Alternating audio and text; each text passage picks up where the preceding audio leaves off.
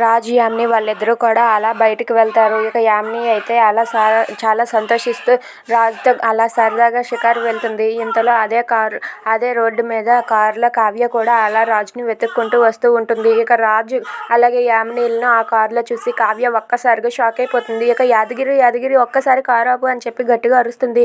ఇక యాదగిరి కారు ఆపగానే కావ్య అయితే కారు దిగి ఆ కారు వెనకే పరిగెత్తుకుంటూ వెళ్తుంది. ఇక రాజు వాళ్ళు అయితే వేరే కారులో అలా వెళ్తూ ఉండగా ఒక చోట కారు ఆపుతారు. ఆపగానే అది చూసి కావ్య అయితే ఇంకా ఫాస్ట్గా పరిగెడుతూ అక్కడికి వెళ్తుంది. ఇక రాజుని తన కళ్ళారా చూడటంతో కావ్య అయితే తనైతే ఒక్కసారిగా షాక్ అయిపోతుంది. ఇక రాజు దగ్గరికి అయితే వెళ్తుంది. రాజు కారు దిగి బయట అలా నిలబడి ఉంటాడు.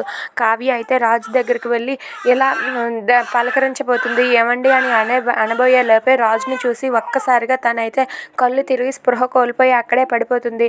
అది చూసి రాజు అయితే హలో ఎవరండి మీరు, హలో ఎవరండి, లేవండి అని చెప్పి లేపుతూ ఉంటాడు. అయినా సరే కావ్యకి స్పృహ లేక అక్కడే అలా స్పృహ కోల్పోయి పడిపోతుంది.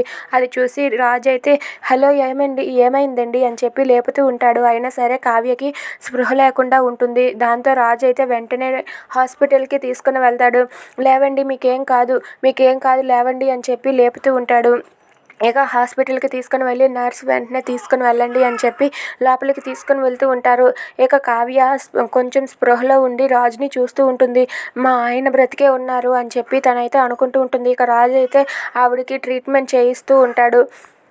ఆవిడకి త్వరగా నయమయ్యేలా చూడండి అని చెప్పి డాక్టర్లతో అంటూ ఉంటాడు. కావ్య మాత్రం నా భర్త బ్రతికే ఉన్నాడని చెప్పి అనుకుంటూ ఉంటుంది. Please subscribe.